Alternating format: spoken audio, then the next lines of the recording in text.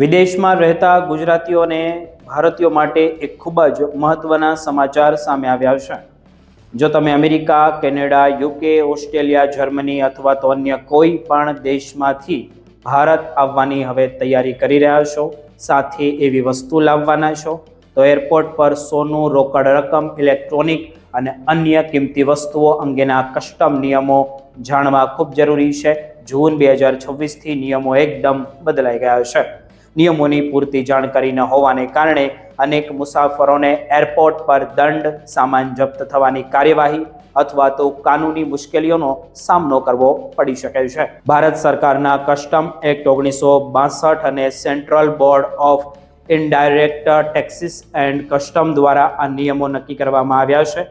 સૌ પ્રથમ વાત કરીએ તો સોનાની જો કોઈ ભારતીય મુસાફર 1 વર્ષથી વધુ સમયથી વિદેશમાં રહેતો હોય તો પુરુષ મુસાફર માટે 20 ગ્રામ સુધીનું સોનાની દાગીના જેની કિંમત 50,000 રૂપિયાથી વધુ ન હોય ડ્યુટી ફ્રી લાવી શકે છે, જ્યારે મહિલા મુસાફર 40 ગ્રામ સુધીના સોનાના દાગીના જેમની કિંમત 1 લાખ રૂપિયા સુધીની હોય તે ડ્યુટી ફ્રી લાવી શકે છે।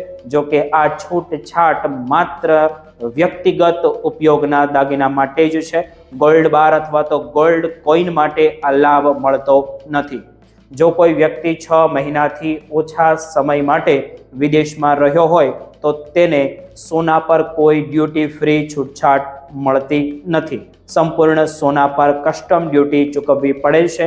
ઘણા લોકો એવું માને છે કે ગોલ્ડ બાર અથવા તો સિક્કા સરળતાથી લાવી શકાય છે, પરંતુ વાસ્તવમાં તેના પર પ્રથમ ગ્રામથી જ ડ્યુટી લાગુ પડે છે। સોનાના બાર પર ઉત્પાદકનું નામ, સિરિયલ નંબર, વજન અને શુદ્ધતા સ્પષ્ટ રીતે દર્શાવેલી હોવી ખૂબ જરૂરી છે, અન્યથા આવા બાર કસ્ટમ દ્વારા જપ્ત કરાવી શકાય છે।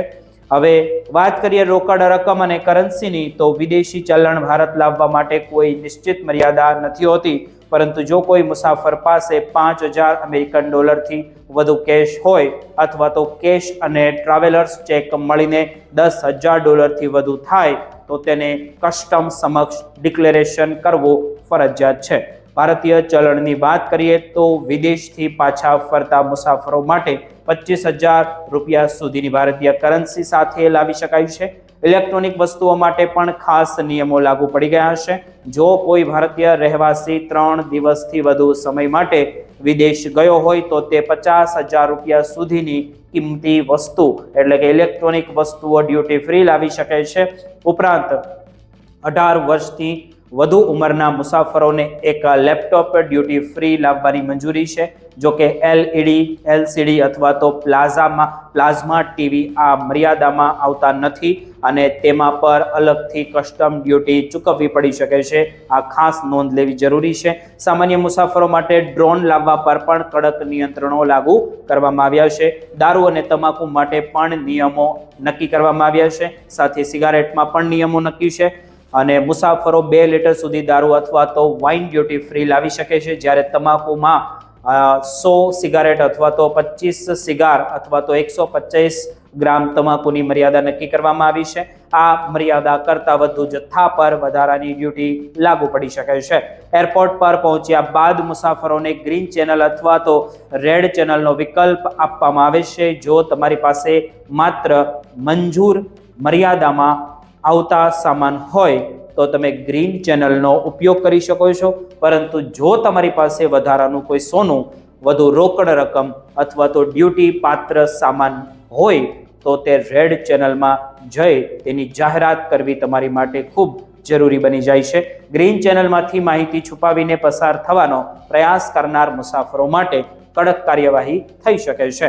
મુસાફરોની સુવિધા માટે CBICએ અતિથિ એપ પણ શરૂ કરી છે। આ એપ દ્વારા મુસાફરો એરપોર્ટ પહોંચતા પહેલા જ પોતાનું કસ્ટમ ડિક્લેરેશન ઓનલાઈન ભરી શકે છે, જેમના કારણે સમયની બચત થાય છે અને પ્રક્રિયા વધુ સરળ બની શકે છે। તેથી જો તમે ટૂંક સમયમાં ભારત આવવાની યોજના બનાવી રહ્યા હોય અમેરિકાથી કે કોઈ પણ દેશથી, તો ખરીદીની તમામ રસીદો, સોનાના શુદ્ધતાના પ્રમાણપત્રો અને જરૂરી દસ્તાવેજો સાથે રાખવાનું તમારે ભૂલવાનું નથી।